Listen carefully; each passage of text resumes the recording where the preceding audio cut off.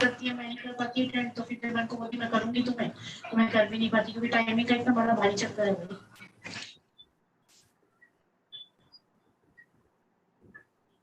मैं अभी तेरे को भेज दी हूँ, ठीक है? अब इसका 20 सेकंड को रिजल्ट आया, अभी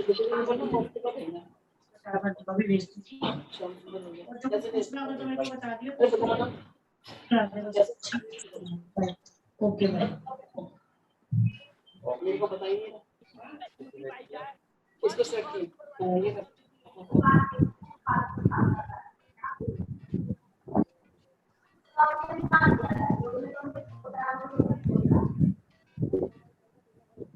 ये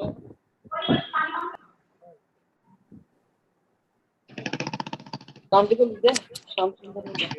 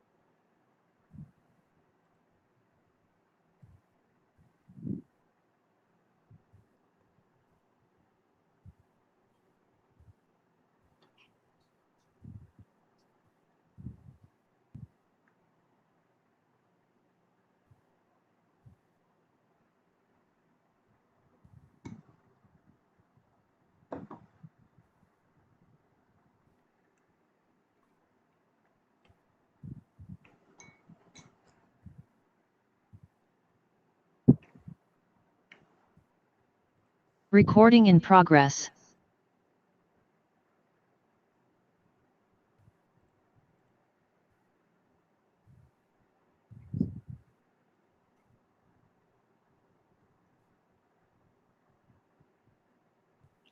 Hello, good evening everyone.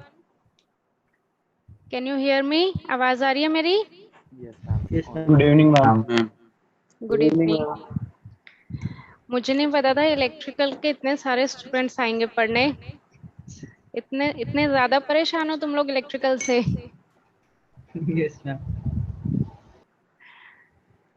चलो ठीक है, मैं पहले थोड़ा सा बता रही हूँ तुम्हारे सिलेबस से रिलेटेड, मतलब इम्पोर्टेंट, क्योंकि मैंने डीटीयू के मतलब मैं डीटीयू के स्टूडेंट्स को मैं लास्ट 5-6 ईयर से पढ़ा रही हूँ, तो मुझे आइडिया है कि इनका पेपर कैसे आता है कैसे नहीं आता। ठीक है, अब देखो तुम्हें अगर कुछ भी नहीं आता है, बिल्कुल तुम लोग ब्लैंक हो, तो सबसे पहले स्टार्ट करना 3 फेज से।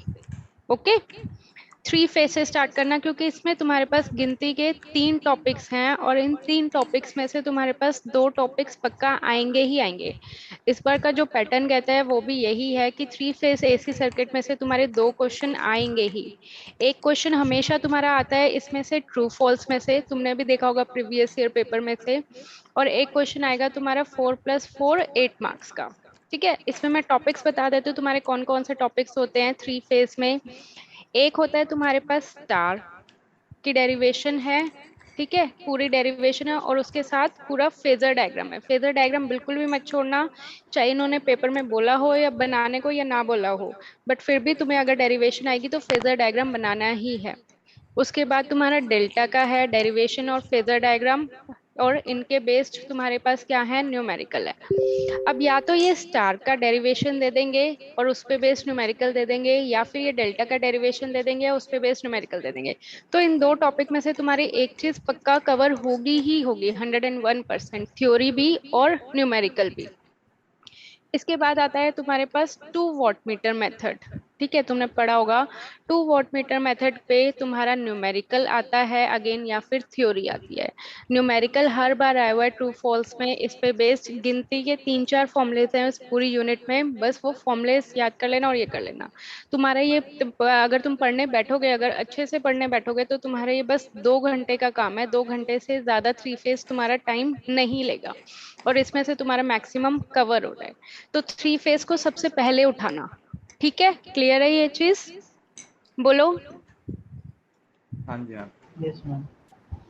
उसके बाद आ जाता है तुम्हारा magnetic circuit and transformer.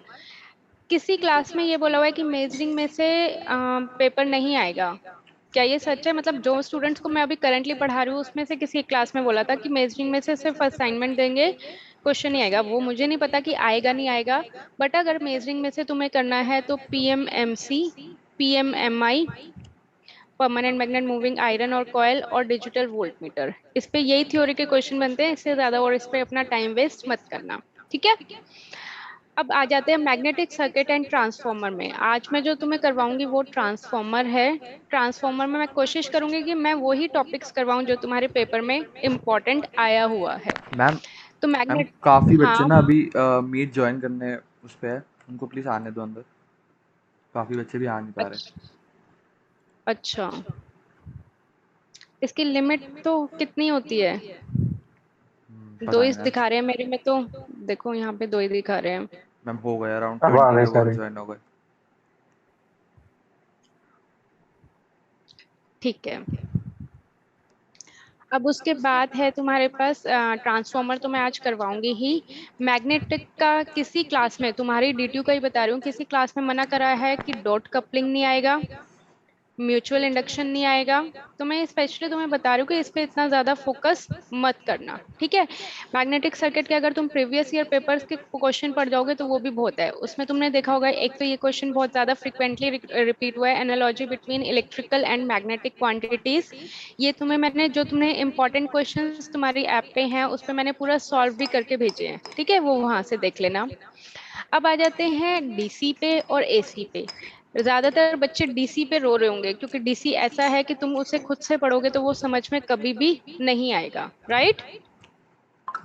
DC पे तुम्हारा एक क्वेश्चन आएगा और एसी पे भी तुम्हारा एक क्वेश्चन आएगा। डीसी पे एक क्वेश्चन 101% डिपेंडेंट सोर्स का ये देंगे ही देंगे, मतलब 101 मतलब 99% तुम लगा लो कि डिपेंडेंट सोर्स का ये क्वेश्चन देंगे ही देंगे। अगर तुमने थोड़ा सा भी तुम्हें बेसिक आता है किरचॉफ लॉ का, मैश का, केवीएल का, तो ही ये क्वेश्चंस अटेम्प्ट करने की कोशिश करना, ये डिपेंडेंट सोर्स करने की कोशिश करना। अगर तुम्हें बिल्कुल ब्लैंक हो तो इस पे मत जाना, इस पे अपना टाइम वेस्ट मत करना, क्योंकि इसके लिए तुम्हें बहुत ज्यादा टाइम लगेगा। ठीक है, एसी सर्किट में भी मतलब तुम्हारे जो रेक्टेंगुलर पोलर वाली कन्वर्जन वाले क्वेश्चन है वो पेपर में हर बार आया हुआ है। अब जिन बच्चों ने पढ़ा हुआ है उन्हें पता होगा कि रेक्टेंगुलर और पोलर वाले कन्वर्जन वाले क्वेश्चन कौन से हैं, तो वो वाले क्वेश्चन जरूर अटेम्प्ट करना, मतलब प्रैक्टिस करना। ठीक है, अब मैं स्टार्ट करवा रही हूँ transformer. Okay, so let's start. सबसे पहले देखो, तुम्हें पता होना चाहिए कि ट्रांसफॉर्मर होता क्या है। बोलो, किसी को कुछ आइडिया कि क्या होता है ट्रांसफॉर्मर? मैम ये किस it is a static device which transfer hmm power at hmm, same frequency और जिसमें वोल्टेज रेज और डाउन कर सकते हैं। ठीक है, तुम सबने ट्रांसफॉर्मर देखा होगा अपने घर के पास, देखा हुआ है ना ट्रांसफॉर्मर, तुम्हारे घर के पास सबके पास लगा होगा। मैं ये कह रही हूँ, अगर मैं उस ट्रांसफॉर्मर को हटा दूं तो क्या फर्क पड़ेगा? गवर्नमेंट सप्लाई दे रही है तुम्हें, दे रही है ना, ट्रांसफॉर्मर से तुम्हारे पास, तुम्हारे घर पे आ रहा है, ये तुम्हारा घर है। तो मैंने बीच में जाके ट्रांसफॉर्मर को हटा दिया, तो क्या गवर्नमेंट तुम्हें डायरेक्ट सप्लाई नहीं दे सकती? ट्रांसफॉर्मर क्यों लगा रहे हैं? और अगर मैंने ट्रांसफॉर्मर को हटा दिया तो क्या जरूरत पड़ी, क्या फर्क पड़ेगा, बताओ? हाई वोल्टेज पे बेसिकली बहुत ट्रांसमिट सारे करती है अप्लायंस हैं, गवर्नमेंट। उनको ज्यादा वोल्टेज नहीं चाहिए, वरना वो बहुत सारे, बेकार हो जाएंगे। ठीक है, बिल्कुल ठीक है। बहुत सारे अप्लायंस हैं तुम्हारे घर में, तुम्हें पता है कितनी वोल्टेज आती है? 220 से लेकर 240 वोल्ट तक आती है। चाहे वो तुम्हारा एसी हो, चाहे वो तुम्हारा फैन हो, चाहे वो तुम्हारा फ्रिज हो, सारे डिवाइसेस कितनी वोल्टेज लेते हैं? इतनी ही लेते हैं। वोल्टेज सबकी सेम रहती है, करंट अलग होता है। बिल्कुल ठीक पॉइंट बोला है तुमने। और बोलो, अगर मैं ट्रांसफॉर्मर हटा दूंगी तो और क्या फर्क पड़ेगा? एक तो तुम्हारे पास वोल्टेज ज्यादा आ जाएगी, और कुछ डिफरेंस होगा? इवन इसमें ट्रांसमिशन में लॉस होता है पावर का, तो हम उसको ट्रांसमिट, थोड़ा स्टेप अप करके भेजते हैं तो सही रेंज आती है हमारी। वो भी बिल्कुल ठीक है। देखो, मैं तुम्हें एक कहानी सुनाती हूँ। पंजाब है, ठीक है, पंजाब में भाखड़ा नंगल डैम सुना होगा सबने, हाइड्रो इलेक्ट्रिक पावर प्लांट है। भाखड़ा नंगल डैम है पंजाब में, वहां से तुम्हारी इलेक्ट्रिसिटी जनरेट हो रही है। वहां से इलेक्ट्रिसिटी कैसे जनरेट हो रही है? पानी के थ्रू। अब पंजाब से क्या टारगेट है तुम्हारा कि तुम्हें दिल्ली में इलेक्ट्रिसिटी भेजनी है, क्योंकि दिल्ली में तो तुम इतना बड़ा सेटअप कर नहीं सकते, दिल्ली में जगह बहुत कम है। पंजाब में बट तुमने सेटअप कर दिया, वहां पे पानी वगैरह अच्छा है, तो वहां से तुम्हारी इलेक्ट्रिसिटी जनरेट हो रही है। और इंडिया में जनरेशन कितने वोल्टेज पे होती है? 11,000 वोल्ट पे होती है, मतलब कि 11 किलो वोल्ट पे होती है पूरे इंडिया में। आउट ऑफ इंडिया अलग सिस्टम चलता है, बट इंडिया में 11 किलो वोल्ट पे तुम्हारी पंजाब में इलेक्ट्रिसिटी जनरेट हो रही है। अब अगर तुम 11 किलोवोल्ट से 11 किलोवोल्ट ही दिल्ली में भेज दोगे, डायरेक्टली भेज दोगे, तो उस केस में तुम्हारे पास जो लॉसेस होंगे वो बहुत ही ज्यादा होंगे। तुम सोचो, तुम पंजाब में हो, पंजाब से दिल्ली आने में कितना टाइम लग जाता है? बहुत टाइम लग जाता है। और पूरा हमने इलेक्ट्रिसिटी लाइन का सेटअप करा है, तो उसके जो लॉसेस होंगे वो भी बहुत ज्यादा होंगे। अब हमारा टारगेट क्या है कि हमें लॉसेस को क्या करना है? कम करना है। उसके लिए हमें लॉसेस का फॉर्मूला पता होना चाहिए। लॉसेस का क्या फॉर्मूला होता है? I/R, यही फॉर्मूला होता है। अब इस फॉर्मूले से हमें क्या पता लग रहा है कि मेन एम क्या है हमारा? हम 11 किलोवोल्ट की 11 किलोवोल्ट तो भेज देंगे, कोई दिक्कत नहीं होगी, कोई भी दिक्कत नहीं होगी। बट हमारे लॉसेस इतने ज्यादा हो जाएंगे कि हम उसको बियर नहीं कर सकते। अब हमारा टारगेट क्या है कि लॉसेस को हमें क्या करना है? कम करना है। इस फॉर्मूले से मुझे क्या पता लग रहा है कि अगर मैं करंट की वैल्यू को डिक्रीज कर दूंगी तो हमारे पास लॉसेस भी क्या हो जाएंगे? कम हो जाएंगे। पता लग रहा है ना इस फॉर्मूले से कि करंट की वैल्यू को हमें क्या करना पड़ेगा? कम। कम करना पड़ेगा। अब बात आती है कि करंट की वैल्यू को हम कम कैसे करें? करंट की वैल्यू को कम कर देंगे तो और धीरे धीरे और कम होते, दिल्ली दिल्ली में तो बहुत ही कम करंट पहुंचेगी, है ना? अगर तुमने यहीं पे करंट को कम कर दिया तो दिल्ली तक आते आते तो करंट को बहुत ही कम हो जाएगी। तो तुम्हें एक फॉर्मूला पढ़ा था 10th में, P = V×I, पावर का फॉर्मूला। पावर क्या होती है? इसमें कांस्टेंट होती है, ठीक है। अगर तुम यहाँ पे करंट की वैल्यू को कम कर रहे हो तो वोल्टेज की वैल्यू को तुम्हें क्या करना पड़ेगा? बढ़ाना पड़ेगा। पावर क्या है? कांस्टेंट है। जैसे कि तुम्हारी मम्मी ने कहा मार्केट से कि जाओ 5 वॉट का बल्ब ले आओ मार्केट से, ठीक है, तुम गए मार्केट में, पांच बोला कि भैया 5 वॉट का बल्ब दे दो, जाते हो ना बल्ब वगैरह लेने, तो तुम बल्ब ले आए। अब वो बल्ब तो 5 वॉट ही लेगा ना, तुम अगर वोल्टेज या करंट में चेंजेस कर रहे हो तो वो तुम्हें एडजस्ट करना है। वो कह रहा है कि मैं तो 5 वॉट ही लूंगा, राइट अगर तुमने करंट की वैल्यू को कम कर दिया तो तुम्हें वोल्टेज की वैल्यू को क्या करना पड़ेगा, बढ़ाना पड़ेगा। या अगर करंट की वैल्यू को ज्यादा कर दिया तो वोल्टेज की वैल्यू को क्या करना पड़ेगा, कम करना पड़ेगा।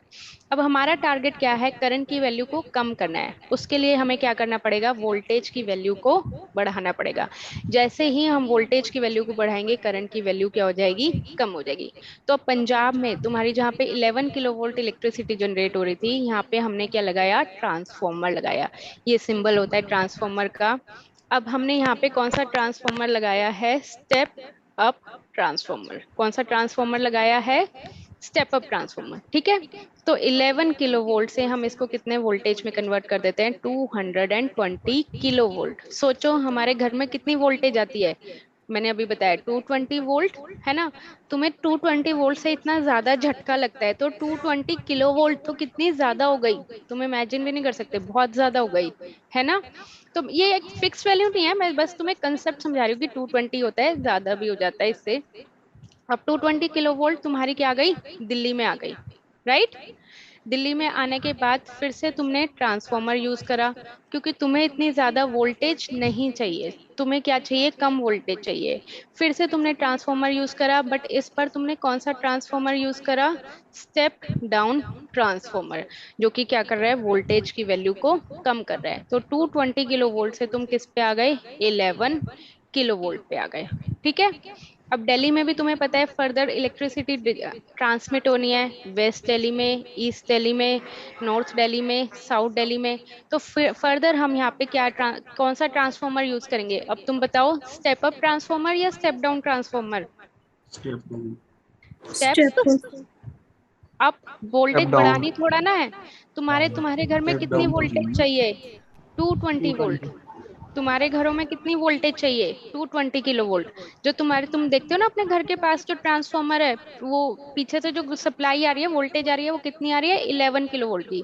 जैसे तुम रोड पे निकलोगे, ठीक है, रोड पे जो तुम्हें ट्रांसमिशन या डिस्ट्रीब्यूशन लाइंस दिखेंगी, ये जो भी ट्रांसमिशन लाइन दिखेंगी, वो कितने वोल्टेज की होती है, सारी 11 किलो वोल्ट की।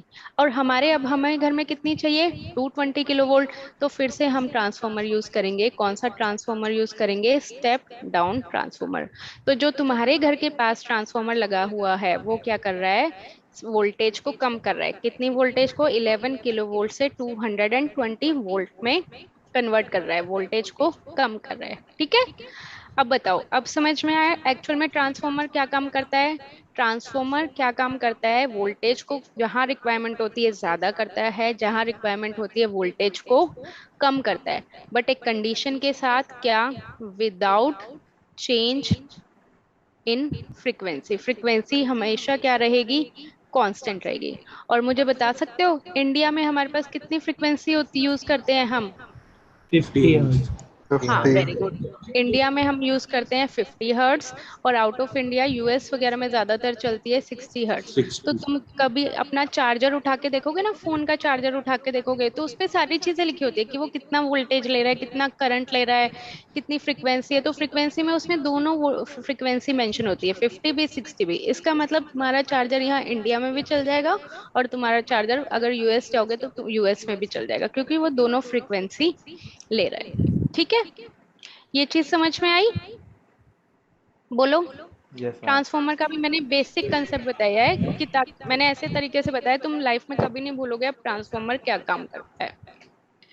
अब दूसरी चीज, तुम्हारा ट्रांसफॉर्मर कभी भी डीसी पे काम नहीं करता। ठीक है, हमेशा तुम्हारा ट्रांसफॉर्मर किस पे काम करता है, एसी पे काम करता है। ये तुमसे ट्रू फॉल्स में पूछा हुआ है। एसी में क्यों काम करता है, कैसे काम करता है, वो बताऊंगी अभी। अब तुम ये बताओ मुझे, तुम्हारे घरों में कौन सी सप्लाई आती है, एसी आती है या डीसी आती है। एसी। एसी आती है।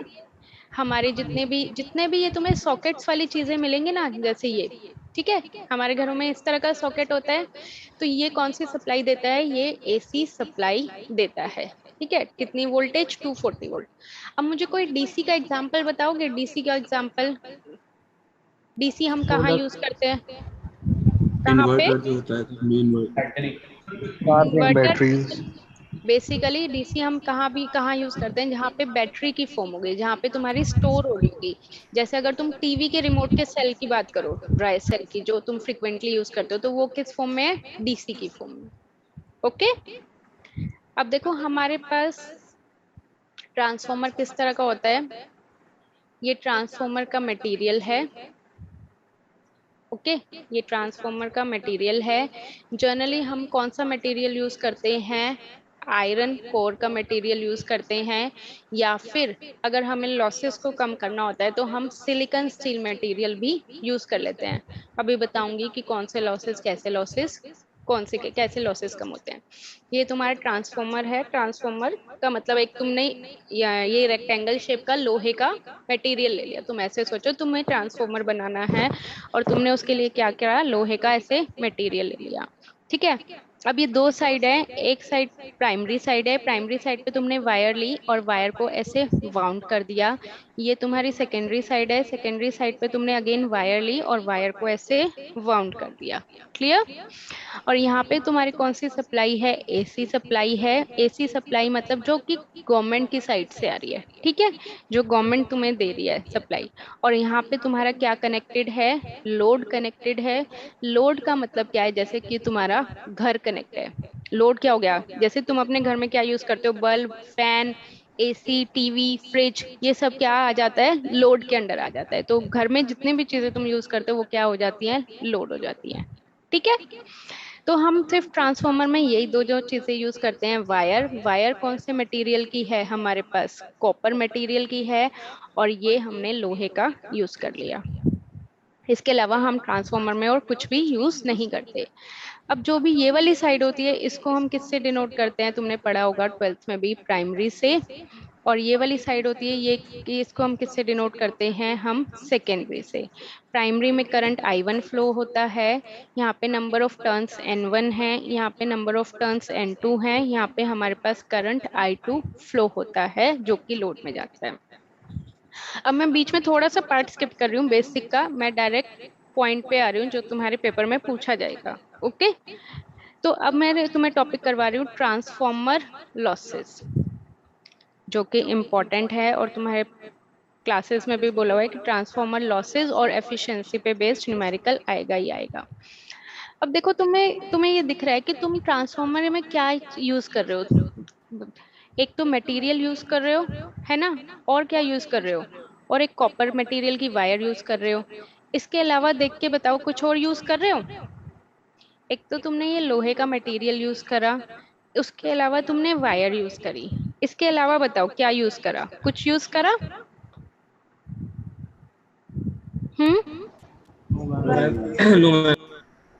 तो इसका मतलब जो चीज तुम यूज करोगे लॉसेस भी तो उसी में ही होंगे ना। ये तो नहीं है कि जो चीज तुम यूज ही नहीं कर रहे हो उसमें लॉसेस हो जाएंगे।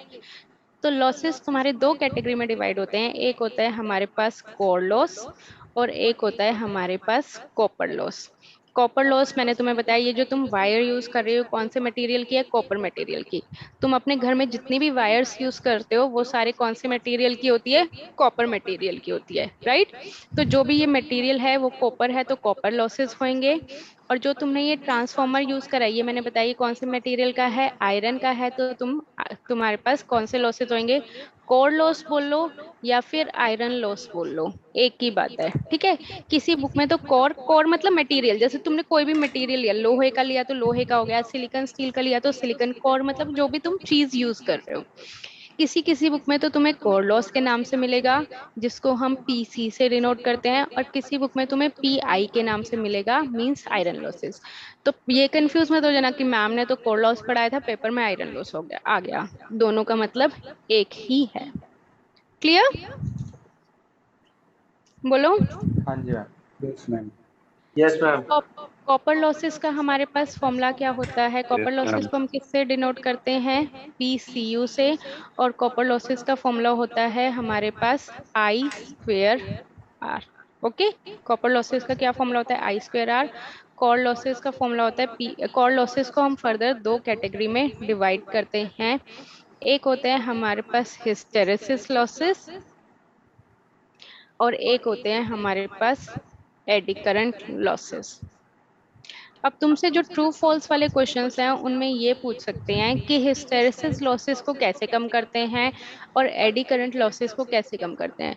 तो आंसर इज कि अगर हम सिलिकॉन स्टील मटेरियल यूज करेंगे अगर हम सिलिकॉन स्टील मटेरियल यूज करेंगे तो उस केस में हिस्टेरेसिस लॉसेस क्या हो जाएंगे, कम हो जाएंगे।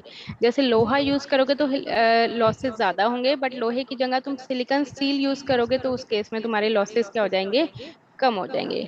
Is used to reduce particular कौन से लॉसेस, हिस्टेरेसिस लॉसेस। इसी तरह एडी करंट लॉसेस को हम कैसे कर सकते हैं कम, बाय यूजिंग लैमिनेशंस।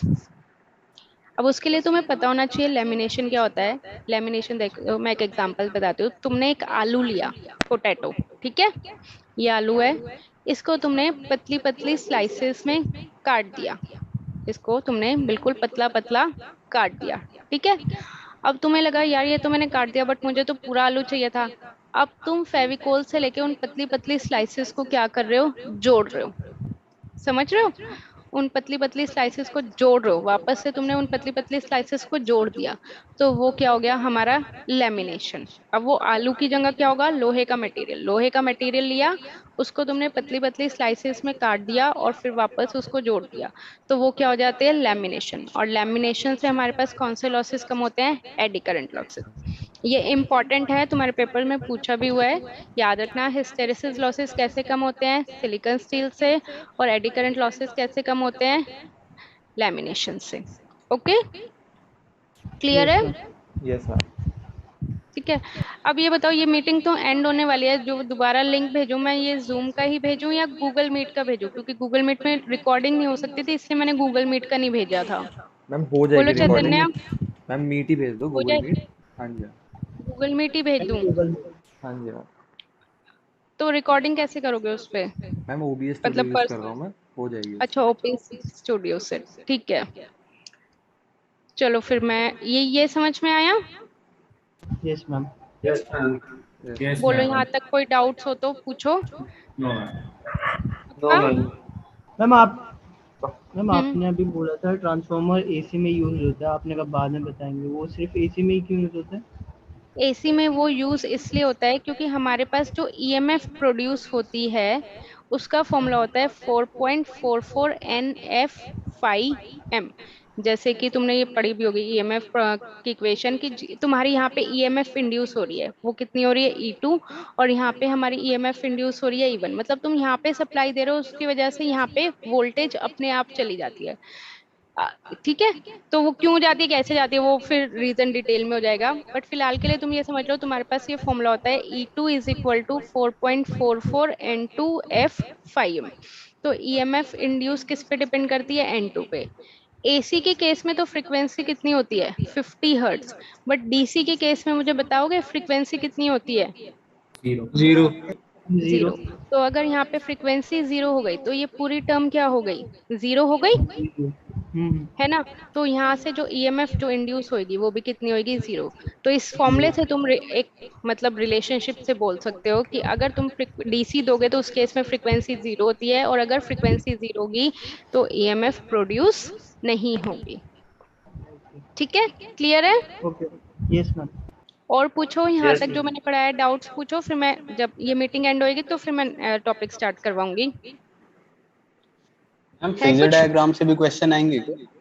फेजर डायग्राम से बोला है एक क्लास में, मतलब जैसे मैं अलग अलग क्लासेस के बच्चों को पढ़ाती हूँ, तो एक क्लास में बोला है कि फेजर डायग्राम आएगा।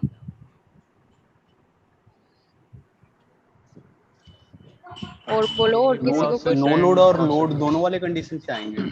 दोनों कंडीशन से दे सकते हैं। ये एक होता है आइडियल ट्रांसफार्मर का, एक होता है एक्चुअल ट्रांसफार्मर का। अब देखो वो तो इन पे डिपेंड करता है कि ये क्या देंगे, है ना, बट इन्होंने बोला है कि, बोलो। थ्री फेज में डेरिवेशंस पढ़ने भी इंपॉर्टेंट है क्या?